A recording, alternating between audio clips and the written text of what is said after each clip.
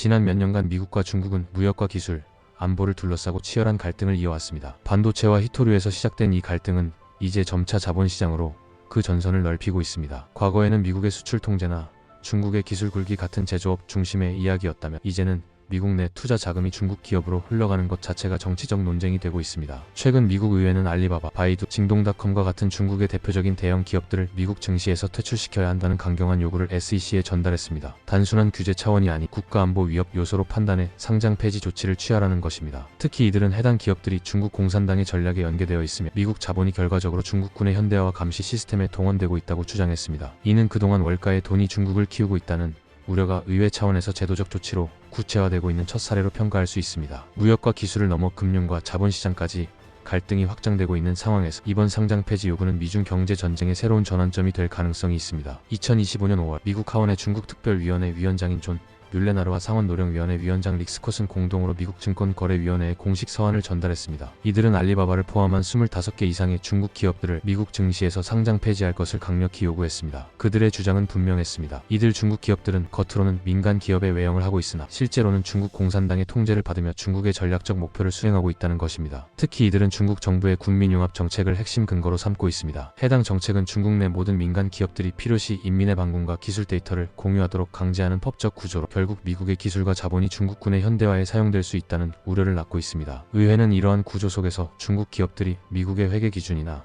공시 규정조차 제대로 따르지 않으면서 미국 투자자들의 자금을 흡수하고 있다는 점을 지적했습니다. 단순히 경제적인 문제가 아니라 미국의 전략적 자산이 중국의 군사적 감시적 목적에 활용되는 상황은 더 이상 방치할 수 없다는 것이 이번 조치의 배경입니다. 이번 상장 폐지 요구의 대상에는 알리바바와 바이두, 징동닷컴, 웨이보 같은 잘 알려진 대형 기술 기업은 물론 일반 투자자들에게는 상대적으로 덜 알려진 기업들도 포함되어 있습니다. 자율주행 기술을 개발하는 포니, AI, 라이다 센서를 제작하는 히세이, 신장 지역의 태양광 산업과 연관된 다포 뉴에너지 등이 그 예입니다. 이들 중 일부는 이미 미국 국방부나 상무부의 블랙리스트에 오른 바 있으며 인권 침해 또는 군사 연계 혐의로 제재를 받은 전력이 있습니다. 예컨대 다포 뉴에너지는 신장 위구르 자치구에서의 강제 노동에 연루된 의혹으로 미국 상무부의 수출 제한 대상에 올랐으며 히세이는 국방부가 발표한 중국 군사기업 목록에 포함된 상태입니다. 흥미로운 점은 이러한 기업들 대부분이 여전히 미국 증시에 상장되어 있으며 많은 미국 기관과 개인 투자자들이 이들 주식에 투자하고 있다는 사실입니다. 의회는 이를 미국 자본이 중국 독재 정권과 군사 시스템에 직접적으로 기여하고 있는 구조로 간주하며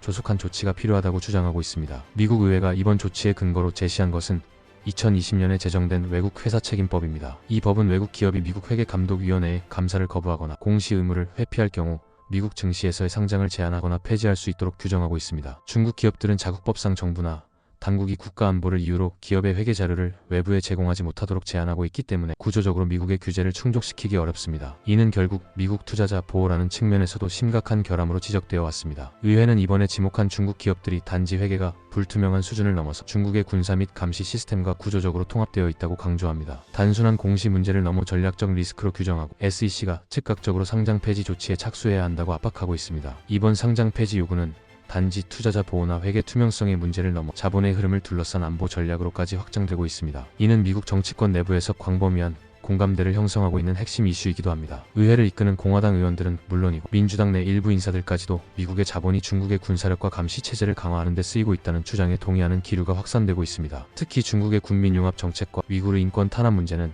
초당적인 경계심을 불러일으키는 대표적 사례입니다. 이는 단순한 외교 문제를 넘어서 미국 내 사회적 가치와 직결되는 사안으로 인식되고 있습니다. 최근에는 중앙정부국까지 나서서 중국 본토 내 스파이 모집을 위해 중국어 홍보 영상을 배포하기 시작했습니다. 이는 단순한 정보 수집이 아니라 중국 내부로 정보전의 무대를 옮기겠다는 선언에 가깝습니다. 이처럼 미국의 정보기관과 정치권, 규제기관이 한 방향으로 움직이고 있다는 점, 중국 기업들에 대한 압박이 단기적 이슈가 아니라 구조적 전환이라는 신호로 해석할 수 있습니다. 또한 로저 로빈슨 전 미중경제안보검토위원회 위원장은 미국 투자자들이 수조 달러 규모로 중국 정권을 지원해왔으며 이제 그 시대가 끝나가고 있다고 발언했습니다. 이는 단순한 분석이 아니라 미국 자본시장 디커플링이라는 전략적 흐름을 공표하는 정치적 메시지로 해석될 수 있습니다. 결국 이번 조치는 상장 폐지라는 기술적 문제로 포장되어 있지만 그 이면에는 누구의 미래를 미국 자본이 후원할 것이냐는 이념적 전략적 선택이 자리하고 있습니다. 이제 월가의 자금 흐름도 군사외교 전략의 연장선상에서 평가되고 있는 것입니다. 미국 의회의 상장 폐지 요구와 관련해 중국 정부는 즉각적인 반발을 나타냈습니다. 주미 중국 대사관은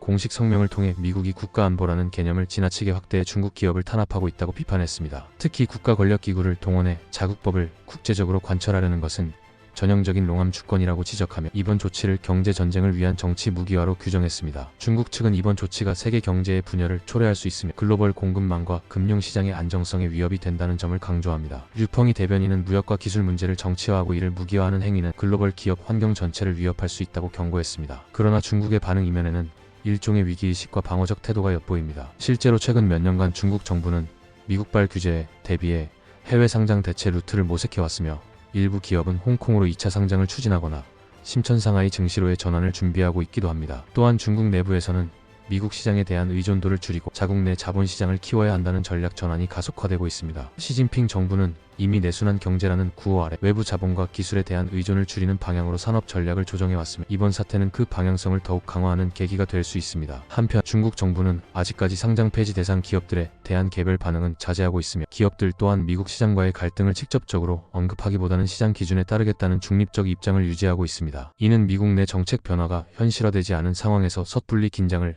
고조시키지 않으려는 전략적 계산으로 보입니다. 미국 의회의 상장 폐지 요구는 아직 실행된 조치는 아니지만 시장과 투자자들에게는 상당한 긴장감을 불러일으키고 있습니다. 특히 알리바바, 바이두, JD.com과 같은 기업들은 미국 내 주요 ETF와 연기가 기관 투자자들의 포트폴리오에 포함되어 있기 때문에 실제 상장 폐지 가능성은 시장 전체에 충격을 줄 수 있는 리스크로 인식되고 있습니다. 현재 미국 증시에 상장된 중국 기업은 약 286개로 총 시가총액은 수천억 달러에 달합니다. 만약 SEC가 실제로 상장 폐지 조치를 단행할 경우 해당 기업의 미국 예탁 증서에 투자한 투자자들은 심각한 손실을 입을 수 있습니다. 또한 기관 투자자들은 법적 윤리적 책임을 고려해 이미 포트폴리오를 조정하고 있는 경우도 늘어나고 있습니다. 일부 기업은 이미 대비책을 마련 중입니다. 알리바바와 징둥닷컴은 홍콩 증시에 2차 상장을 마친 상태로 향후 뉴욕 상장 폐지 시에도 투자자들에게 일정한 전환 옵션을 제공할 수 있습니다. 그러나 완전한 대안이 되기엔 유동성, 환율, 법적 구조 등에서 여전히 차이가 크며 미국 자본시장의 신뢰를 상실하는 것은 회복하기 어려운 타격이 될 수 있습니다. SEC의 대응 여부는 이 사안의 향방을 좌우하는 핵심 변수입니다. 새로 취임한 폴 애킨스 SEC 의장은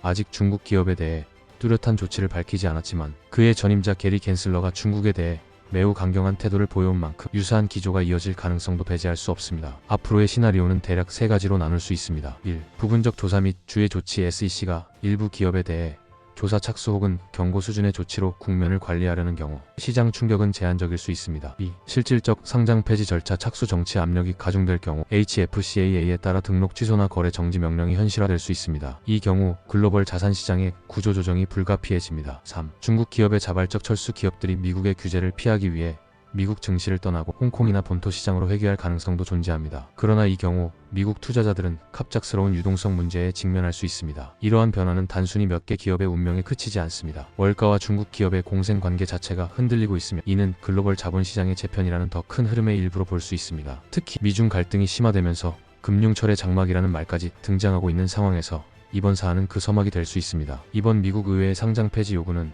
단순히 규제 차원에서의 압박이 아니라 세계 자본시장의 구조적 분리를 촉진하는 중대한 전환점이라고 볼 수 있습니다. 알리바바, 바이두, JD.com 등 중국을 대표하는 민간 기업들이 더 이상 미국 시장에 자유롭게 머물 수 없다는 메시지는 정치적 갈등이 자본시장에까지 뚜렷이 반영되고 있음을 보여줍니다. 이제 미국은 단순히 관세나 수출 통제를 넘어 자본 자체를 전략 무기로 활용하는 시대에 들어섰다고 할 수 있습니다. 월가의 자금이 중국의 기술 발전과 군사 현대화에 사용될 수 있다는 우려는 더 이상 학술적 가정이 아닌 실질적 정책 판단으로 이어지고 있습니다. 미국 의회가 직접 SEC의 상장 폐지를 요구한 것은 이러한 시각이 얼마나 강하게 제도권 내에 자리 잡았는지를 상징적으로 보여주는 사례입니다. 중국 역시 이에 대응해 자국 자본시장의 독립성과 안정성을 강조하고 있으며 쌍순환 경제 전략과 더불어 외자 유치의 구조 자체를 재정비하려는 움직임을 보이고 있습니다. 하지만 미국 증시에서 퇴출되는 것은 단순한 시장의 이동이 아니라 글로벌 자본 질서에서의 위상 약화로 직결될 수 있기에 중국 기업들에게도 결코 가볍게 넘길 수 없는 사안입니다. 결국 이번 사태는 한 국가의 특정 기업 문제가 아니라 미중 양국 간 패권 경쟁이 금융시장이라는 가장 민감하고도 복잡한 전장에서 충돌하고 있음을 의미합니다. 앞으로 상장 폐지 여부가 실제로 실행되느냐에 따라 글로벌 자산 배분 전략은